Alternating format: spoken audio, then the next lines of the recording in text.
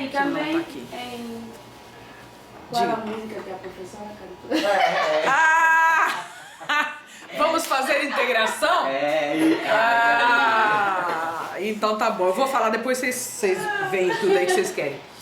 Bom, então, meu nome, né? Ana Lúcia Silva Souza. E todo mundo me conhece como Ana Lu. E ter coordenado esse projeto de extensão, que tem como nome, eu acho que linguagens e musicalidade diaspórica. Ele pode também ter um outro nome que diásporas e letramento de resistência, enfim, ele pode ter qualquer nome, porque ele tem muitos nomes. E ele nasceu sem nome e acho que ainda precisa ser batizado, apesar de já ter mais de um ano, né, de existência.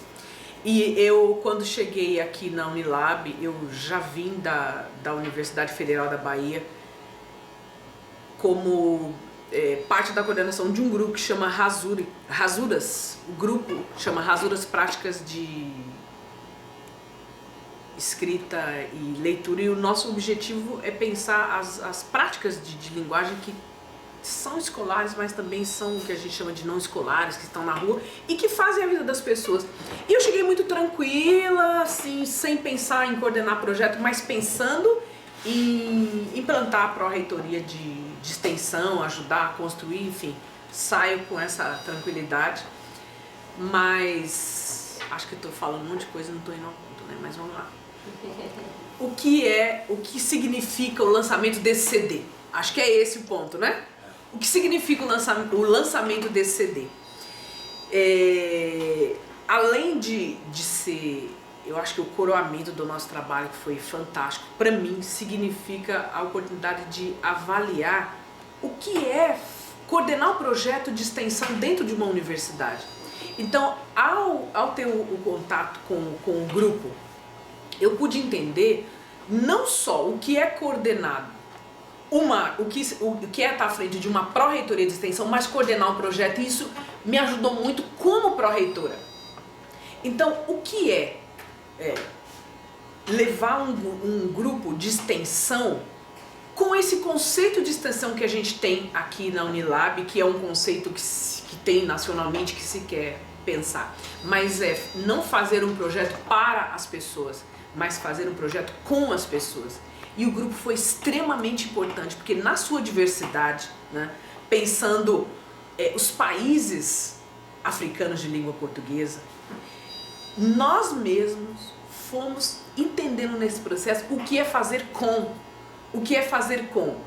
brasileira, paulista radicada aqui no Nordeste, cabo-verdiano que está aqui no Nordeste, são tomense que está aqui no Nordeste, guineense que está aqui no Nordeste, angolano, moçambicano, timorense, né? Timor-Leste. Então, quando a gente coloca que a nossa chave de trabalho foi integração, ela parece uma integração romântica, mas ela não é. Nós estamos falando de uma integração do ponto de vista do pós-colonialismo, não é uma integração que diz sim e que se acultura, mas é uma integração que traz a sua própria cultura, ela vai integrar essa cultura. Ela vai colocar essa cultura em confronto, em conflito o tempo todo. Nós vamos repensar o que pode ser essa integração, não do ponto de vista conceitual, mas integrar com o nosso corpo no dia a dia. E onde isso? Nos palcos, onde nós fomos levar essa linguagem que está no nosso corpo negro, nos colocando num Ceará que não entende muito bem o que é ser e ter essa pele escura, não é? E que, sem dúvida alguma, onde nós chegamos, nós, como diz São Paulo, a gente causou, não só com a música, mas com o nosso corpo negro, ensinando também uma redenção, o que é essa negritude. Eu acho que isso aí foi fantástico. E o tempo todo nós aprendemos a usar as nossas linguagens, a escrever, a falar, a fotografar, a filmar, a organizar um ensaio, enfim. Quando a gente pensa em linguagem, nós não estamos falando só dessa linguagem escrita, mas nós estamos falando de uma linguagem inscrita no cotidiano. E a gente faz e refaz essa linguagem a nosso favor e a favor do outro. Eu acho que isso é a coisa mais importante que a gente conseguiu fazer. E aí quando Caíno, dentro do Movimenta, em 2014, faz a oficina de rap, de hip hop, aglutina algumas pessoas e algum tempo depois ele diz, nossa garganta tá fechando aqui porque a gente precisa cantar esse rap para sobreviver. Eu disse, fechou, porque eu também tô precisando dessa linguagem do rap para fazer essa minha gestão mais feliz. E aí foi um fazer pensando, um fazer fazendo, e o resultado é esse CD.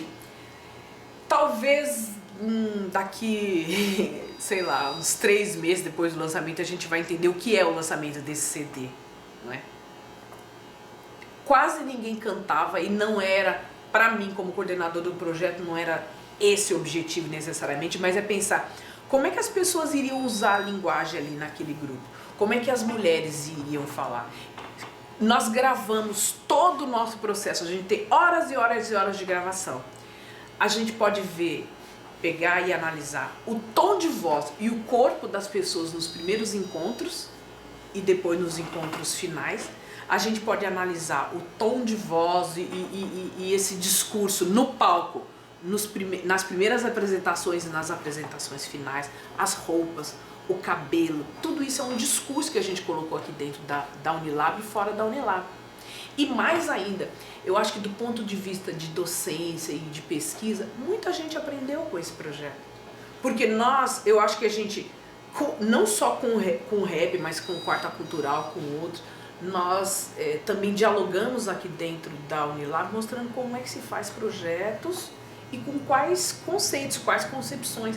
E eu fico muito tranquila de dizer, o projeto ele se encerra aqui, mas ele se abre em outras diferentes dimensões, né? E agora é cada um cuidando de si e cuidando de todas as pessoas. E eu quero ver essa voz ecoar de diferentes maneiras em vários lugares. Quando a gente pensa no trimestre da integração internacional, quando a gente pensa que, como disse Vanessa Gomes, que é a nossa articuladora, quando a gente pensa que essas salas de aula, elas não fecham nunca, e que no trimestre a gente pensa a arte e a cultura como o nosso currículo, o Movimenta, que aglutina todas essas ações, ele tem uma resposta a dizer quando ele forma grupos de música, quando ele forma grupos de fotografia e quando ele forma grupos de linguagem. Na realidade, nós estamos trabalhando com todas as linguagens dentro do Movimenta. Não temos a dimensão disso e é difícil falar, né? É difícil falar do envolvimento das pessoas, de como as pessoas compraram a nossa ideia e de como, vocês dizem, a gente entra no auditório agora e as pessoas cumprimentam, olá, olá, olá. E aí nós temos vamos dizer assim, um compromisso com esse conceito de integração. O que é mesmo integração? De que ponto de vista nós estamos falando da integração? Integração de quem com quem ensina quem troca, enfim, nós estamos com uma possibilidade de repensar as relações Brasil-África, Áfricas e outros países. Nós estamos repensando esse conceito de integração que a gente refez aqui no nosso cotidiano. A gente pode pensar integração nos países CPLP, a gente pode pensar integração em juventudes, o papel das juventudes na CPLP, tem muita coisa para pensar. Então, o que é mesmo? Nós temos um projeto de quê? Nós caminhamos com um projeto de rap, de hip hop. O que a gente fez? Com quem?